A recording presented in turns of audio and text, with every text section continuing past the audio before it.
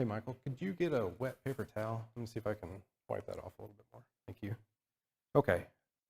So our class, this eighth, I believe, not a quarter, is going to be Encountering Jesus. If you've read the cover of the book. So the booklets that you have for this study are intended to help with pre-class preparation. So obviously, since you're just now getting the booklet for today, lesson 1, we're going to be going through together. And I'm going to go ahead and just let you know ahead of time, I'm going to be reading a little bit more from the book on this first lesson as an introductory than we will be moving forward. So just to let you know ahead of time, thank you.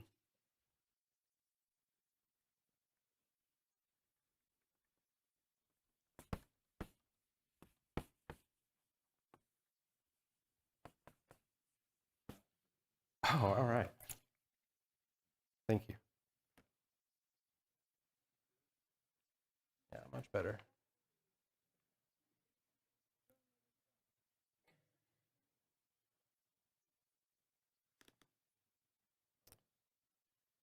Okay, if you'd like to follow along on our first lesson, as I mentioned, this is going to be an introductory lesson. We're going to kind of go through some of the themes that we're going to be discussing for this study, and we're going to go through some examples of how our classes are going to be structured.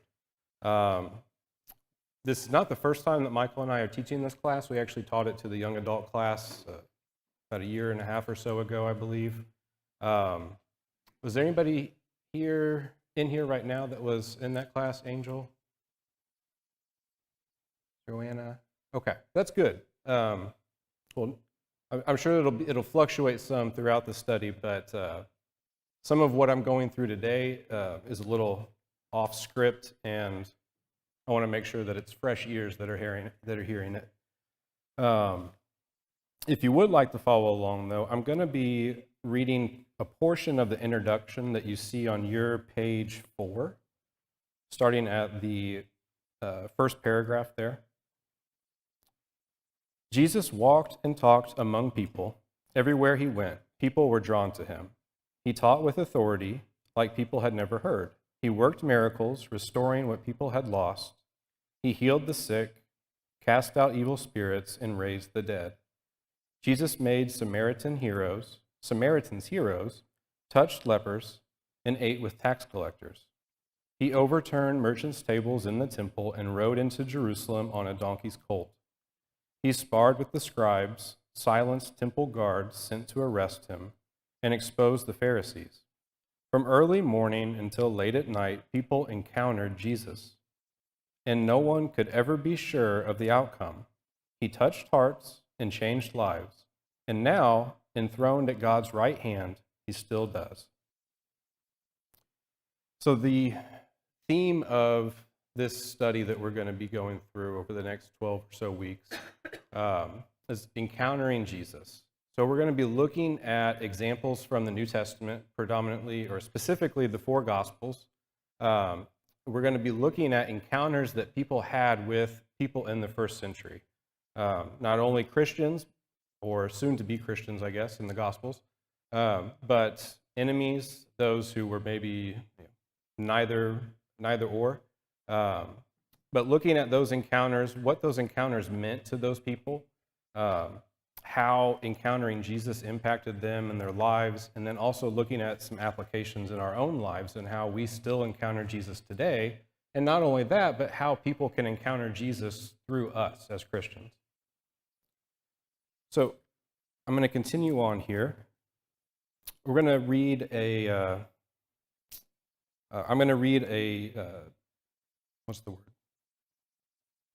short story. So John and Mindy met by chance at a wedding of mutual friends. They were attracted to each other and became acquainted. John called Mindy and they met for coffee. Mindy texted John and they started doing things together. Their attraction to each other developed and they began dating. Each had his or her own home, family, job, and friends, but they spent a lot of time with each other. And within a few months, John and Mindy decided to marry. Plans were made, the wedding ceremony happened, and John and Mindy became husband and wife. The couple honeymooned, moved into the same house, had children, and became a family. They did most everything together, loved and supported each other, worked through problems and hard times, and shaped their lives around each other. So with that story, at what point would you say that they encountered each other?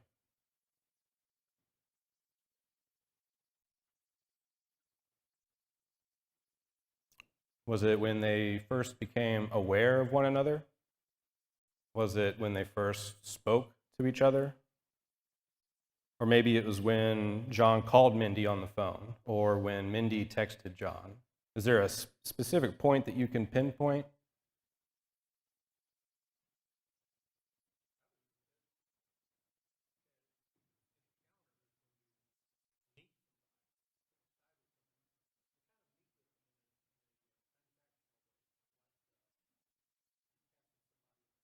Yeah, exactly. There's some sort of impact that was made there, right? And I would say that too, encounters can vary and have layers. So, they encountered each other multiple times, and each time it meant something new. And their relationship grew because of that. So, encounters can have any number of layers that develop and deepen the connection. Encounter in this study is defined as meeting face to face, which leads to knowing someone more. In particular, this study will focus on encounters people had with Jesus as recorded in the four Gospels. These were real-life meetings that in many cases became meaningful relationships. Okay, if you've got your Bible with you, please turn over to Luke chapter 4.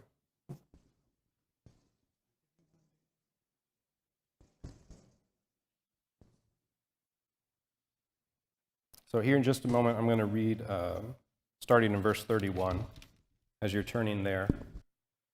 So obviously one of the focuses that we're going to have in our study is the idea of Jesus and the people around him. Jesus walked and talked in a world of people. He was God who took on flesh, born in the likeness of men. Jesus was born in a small Judean village and grew up in a Galilean town under his parents' supervision. His growing up years were both typical and somewhat unique. People knew him as the carpenter's son. He was also the Son of God. He grew in wisdom and in stature and in favor with God and man, as we read in Luke chapter 2. And I think as I was going through this study, it's easy, at least for me, to forget that Jesus lived an everyday life. We read through the Gospels and the epistles, and we see these highlights of Jesus' life and these encounters that he has with all these people. But we forget that, he had to go through the same mundane activities that we can relate with today. There's so many encounters that took place that we don't have recorded in the Bible. And it's easy to forget that there is that day-to-day interaction that he had with so many people, which I think we can really start to draw in our own lives and think about all the little moments and interactions that we have with people around us and how we can impact others. Okay, so in Luke chapter 4, I'm going to read verses 31 through 40. Yeah, Luke chapter 4, verses 31 through 40. As you're turning there, I'm going to take a quick drink.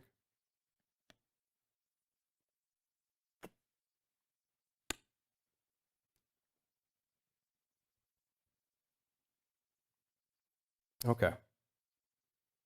And he went down to Capernaum, the city of Galilee, and he was teaching them on the Sabbath. And they were astonished at his teaching, for his word possessed authority.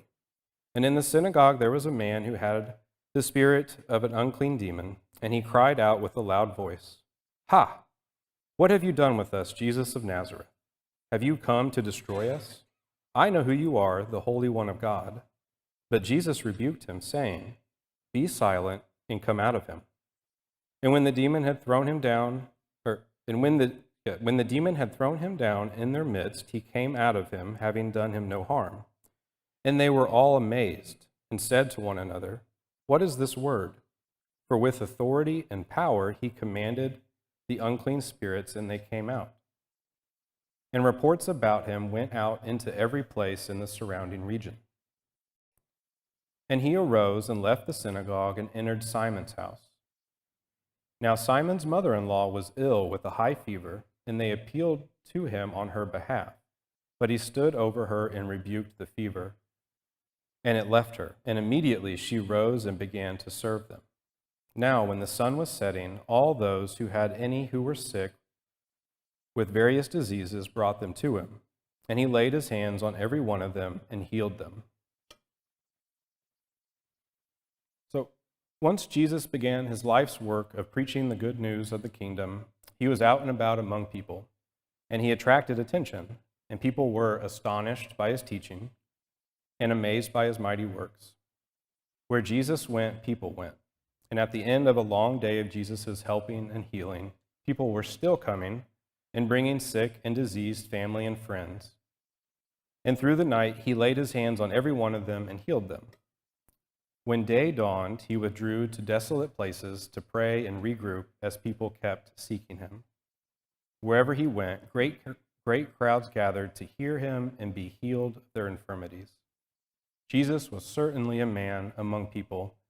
God became flesh so people could see and share his glory.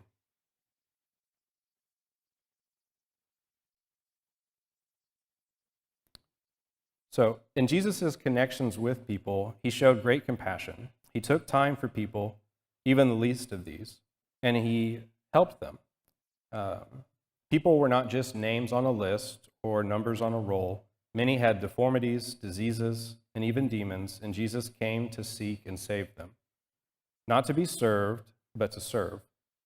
In accompanying these great purposes, Jesus regularly encountered people of all profiles, people with all sorts of needs, and sometimes deep needs which no one else had been able to address. Jesus' encounters with people are informative, they're instructive and inspiring. We can learn much from these encounters about connecting with Jesus, about what it means to follow and love him. So, a little bit about the structure of these classes that we're going to be going through. As we go through these stories, there's going to be certain points that we want to pull from them. And we're going to identify these points and kind of talk through them together and extrapolate and discuss, and we're going to go from there. So, people's encounters with Jesus are recorded as stories, true stories found in the Gospels that include elements typical of all biblical stories, which are often called narratives. Consider what happens in a story and what we must know so that the story makes sense and forms a moral or makes a point. So the first thing that we're going to be looking at when we're going through these stories or narratives is the setting.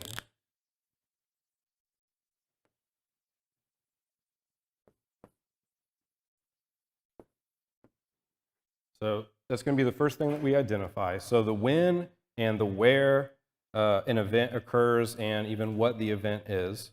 It makes a difference if the occasion is a wedding or a funeral, a feast in a banquet hall, or a famine in the field.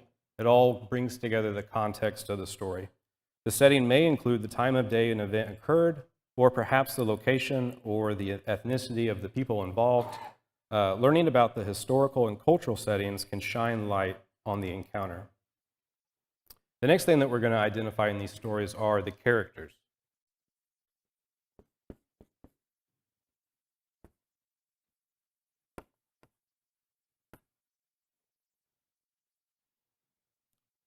An encounter necessarily involves people whose actions may be significant and whose lives intersect with Jesus.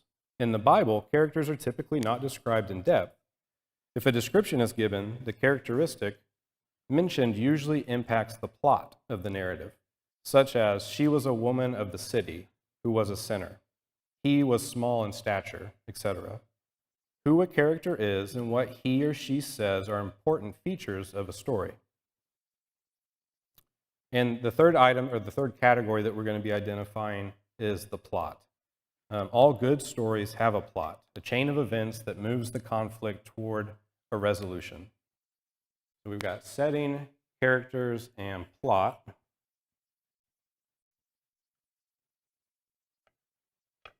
Are you guys able to see on that side? Okay. The plot engages the reader by creating and sustaining suspense. A story's plot typically moves from conflict to rising action and then to a climax and resolution. So that's kind of some subcategories that we're going to be looking at when we're identifying the plot. So we've got the conflict,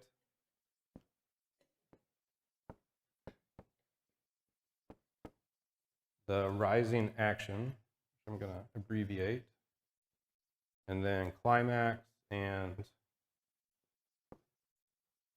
resolution.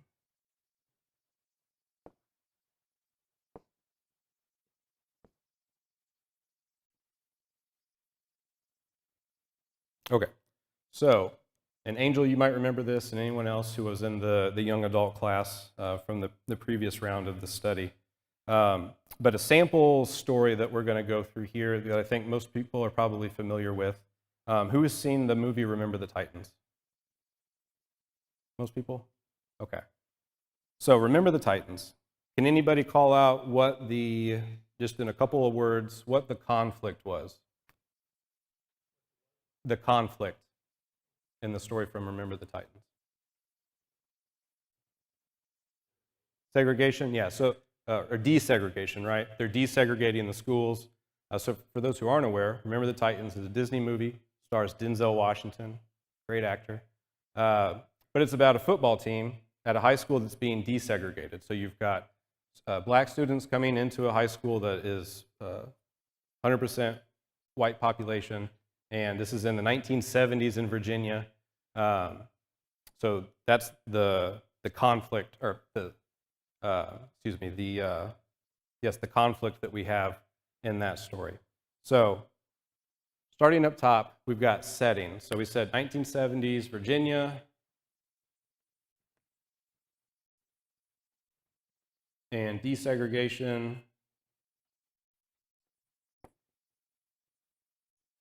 leading to racial tension.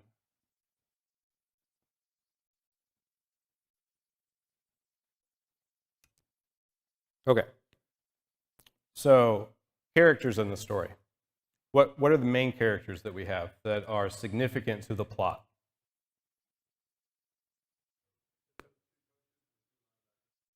Okay. I'm going to be a little bit more vague, but we've got the coaches, we've got the football team, right, the players. So coaches, players, and then I heard parents. I'm going to broaden that as well, and I'm going to say the community or the townspeople, right? I'm going to kind of lump the parents into that group. So we've got the community at large. All right, so we identified conflict, right? So we've got racial tension.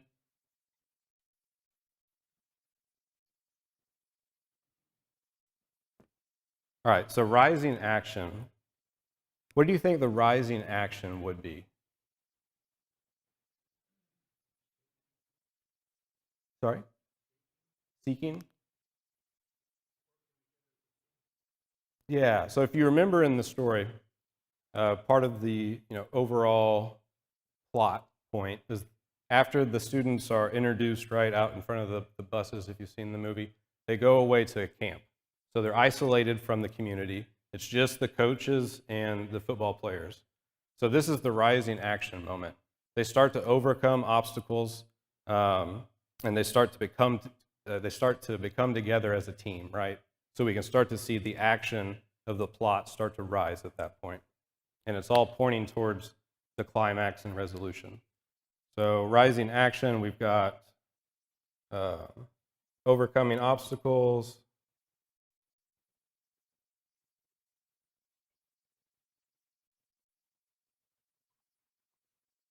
and becoming a team.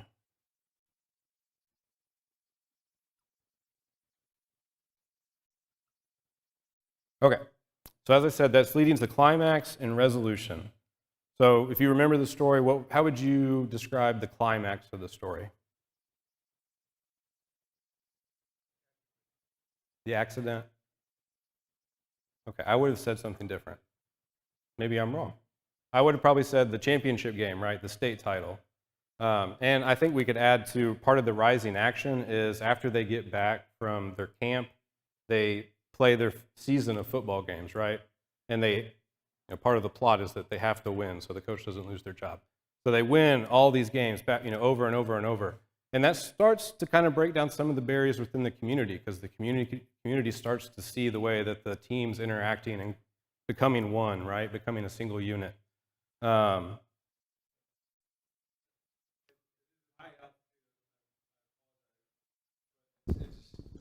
the Caucasian coach throws away his chance of becoming in the Hall of Fame because right is right and they've been acting wrong, the community's acting wrong, and people are more and more coming across awareness that I have been not acting properly. So I don't want to necessarily analyze specifically the movie, but if we're high altitude, but to me it seems like when the coach throws that away and realizes that he's been wrong. Yeah, so I think we can include, breaking down barriers. We see an example of self-sacrifice with the coach. And he does that publicly too, if I remember right, in front of the community.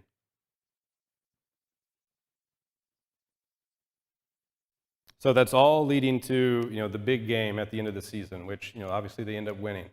So what's also the resolution that we see at the end of the story?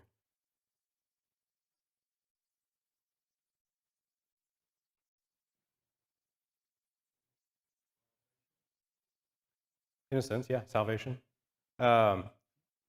We see the community come together, right? We see, all this built-up tension start to alleviate. Obviously, this is a 90-minute movie where everything's, meant to be perfect. Yeah, go ahead, Ian. In every good story, and in this movie too, there's like there's an initial goal that they have. The goal is to win the champion, like to come together as a team and win the championship. But then there's also this unknown spiritual goal, right, that the characters are trying to reach.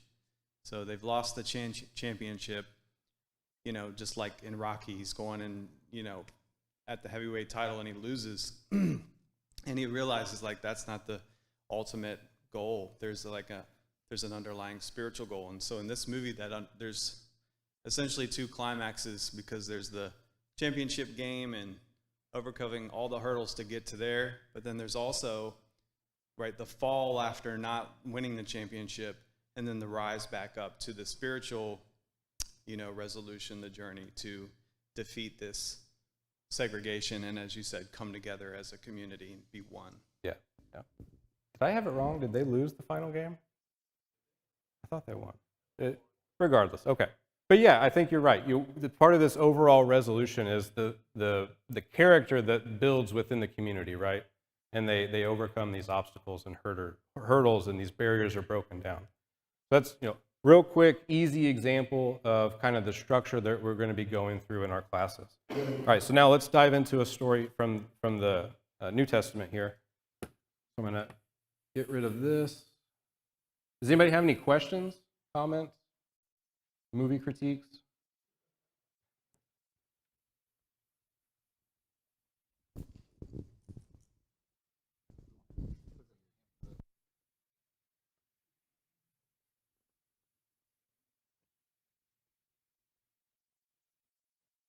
All right. So we are going to be looking at Luke chapter 7, verses 11 through 17.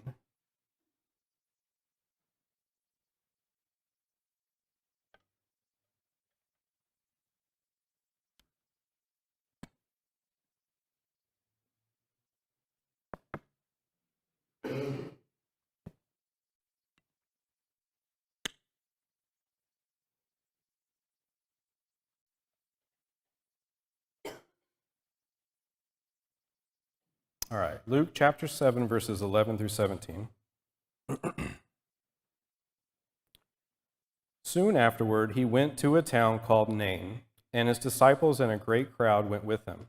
As he drew near to the gate of the town, behold, a man who had died was being carried out, the only son of his mother, and she was a widow, and a considerable crowd from the town was with her.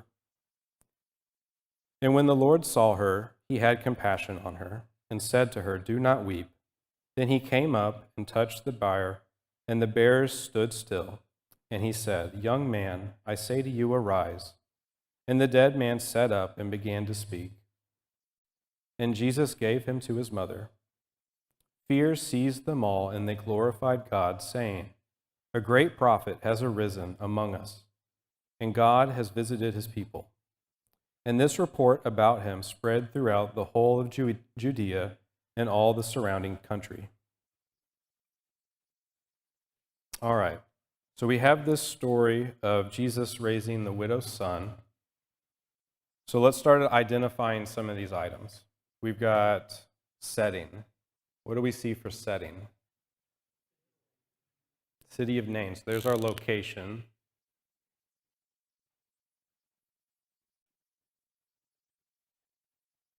Did I hear anything else? Sorry.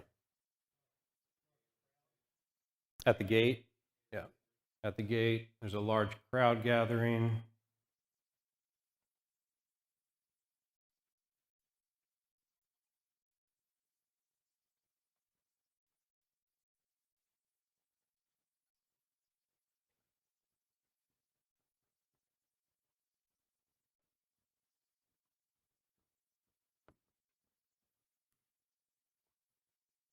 Okay.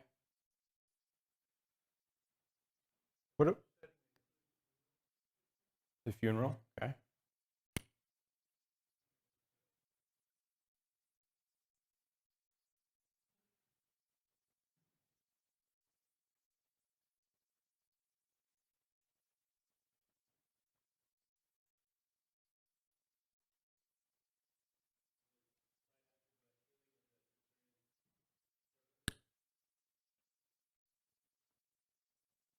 What else predated this? Immediately, not throughout the Bible.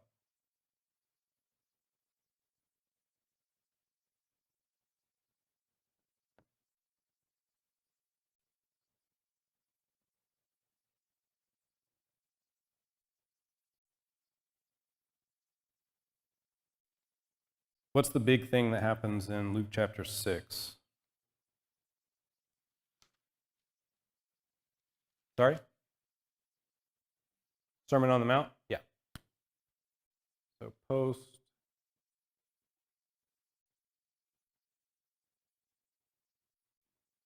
Why might that be significant?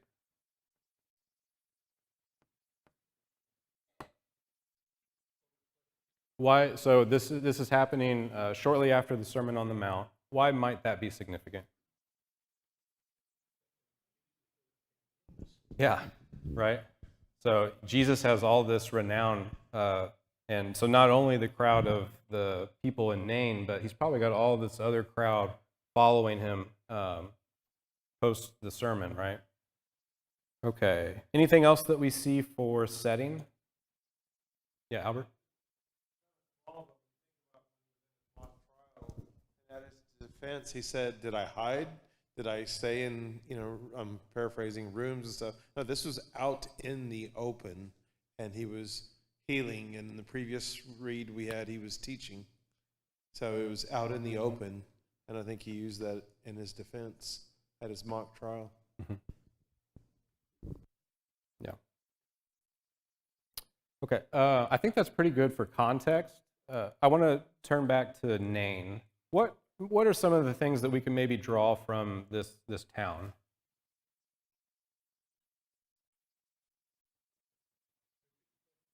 So the town of Nain, is it a booming metropolis?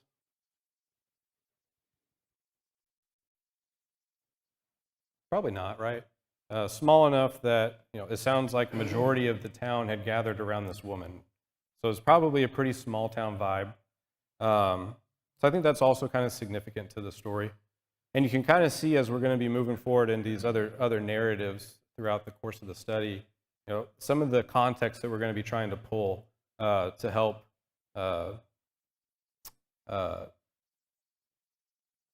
define the overall plot of the narratives that we're going to be looking at.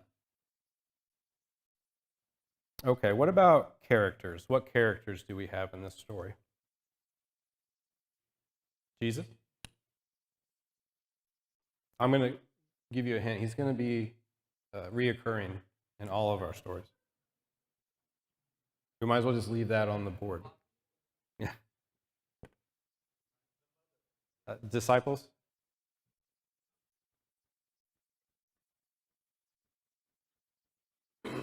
The son's mother.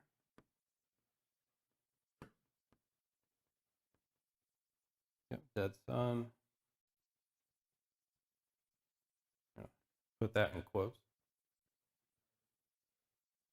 Yeah. hmm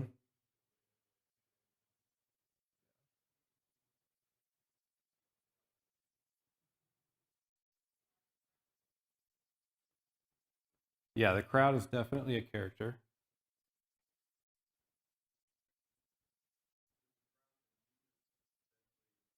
But there was also the crowd that was with her, maybe some sort of procession or Yeah.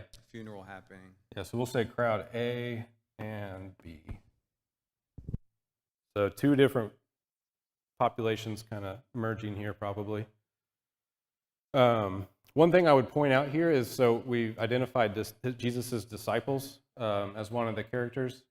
And interestingly, they don't really play into this particular narrative too much, like we'll see with the other characters, which is fine. I think it's still worth identifying, but we're going to see that from time to time, that we may see characters mentioned in the story that don't really have too much of a driving factor in the story itself.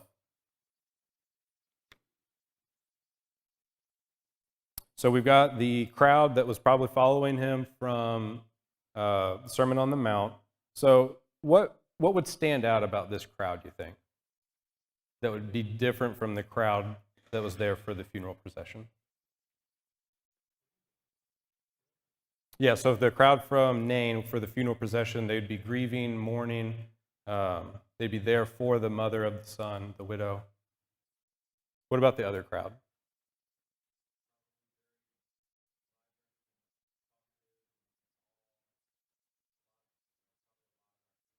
Yeah, yeah, they're probably, two very different vibes going on between these crowds. Um, the widow, though, really kind of takes the center stage of this story. So if you'll notice, the widow's actually mentioned, there's 7 references to her in these short 7 verses that we have. The dead man was the only son of his mother. She was a widow. Many townspeople were with her. The Lord saw her, had compassion on her, and he spoke to her. Then Jesus gave the resuscitated man to his mother. So she plays a very central point in this story. Okay, so we're going to move on to plot, if nobody has anything else on characters. All right. So plot. Jesus drew near the gate at Nain at the moment a dead man was being carried out, which we've already identified. What is the conflict that we see here? A dead son.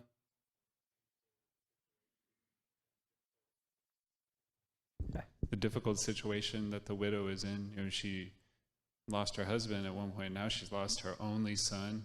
So it's just that just happened. It's funeral procession. Yeah. So the grieving mother and widow.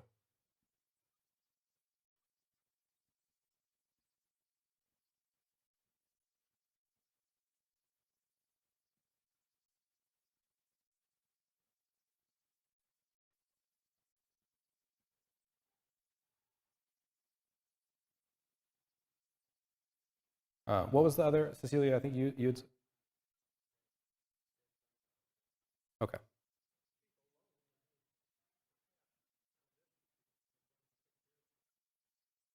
Yeah. So she's alone.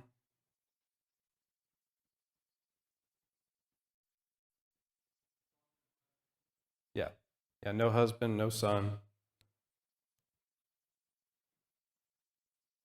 Okay.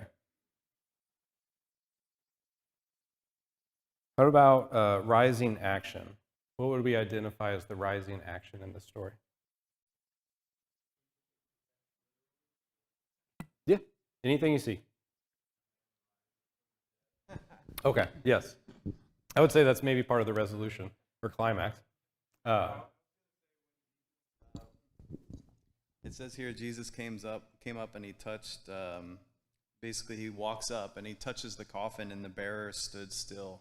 I think there's something to say there that they were taken off by this guy who seemingly they didn't know, just walks up and touches the coffins, and so much so it stops them from their procession, from moving the coffin wherever they were going. Yeah. So that's probably a bit of a climactic event, I would say. Yeah, no, that's great. And actually, we're going to come back to that point here in just a few minutes. So keep that in your mind. So Jesus coming up, stopping the procession by touching the coffin.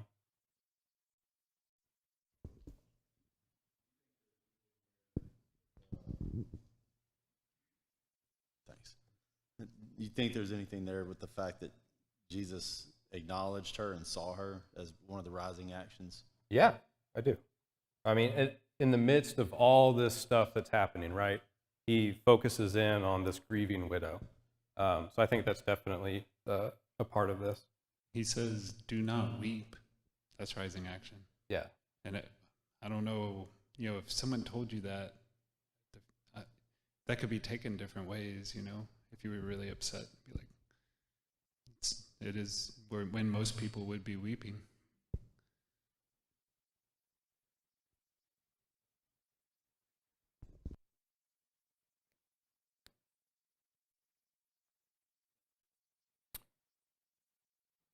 So I think to kind of build on that point, we see Jesus showing compassion, right? He identifies the widow.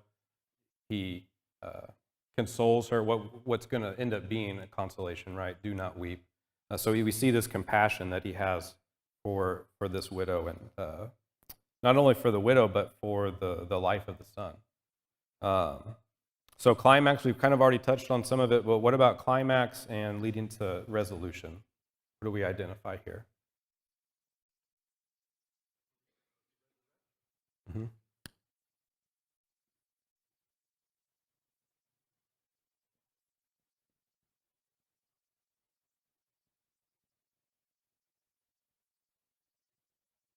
The resurrection. 2 S's? That doesn't look right. Is that right? Okay. Sorry. Oh. That's the issue. Another R in there.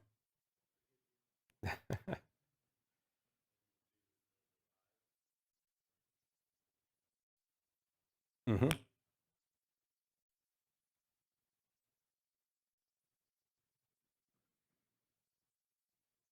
Yeah, I would consider that climactic. So arise.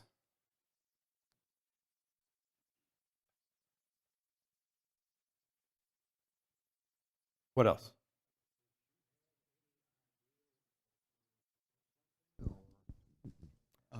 Yeah, that's a good question. Does the widow have any idea that Jesus is about to do something? I doubt it. Well, I don't know. That's a good question. Because he does come up and touches the coffin, right? So that's obviously something that's going to stand out to the crowd. And we'll go ahead and focus on that just for a second. But what's significant about coming up and touching the coffin? Yeah, it makes them unclean. So that's obviously going to be like, whoa, what is this guy doing? He must have a point or a reason for doing this. So there might be some anticipation on the part of her, maybe even the crowd, especially the crowd that's following him from the Sermon on the Mount, I would think. But what about the other side of that? So Jesus comes up and tells her, do not weep. Why would he come up and say that to her?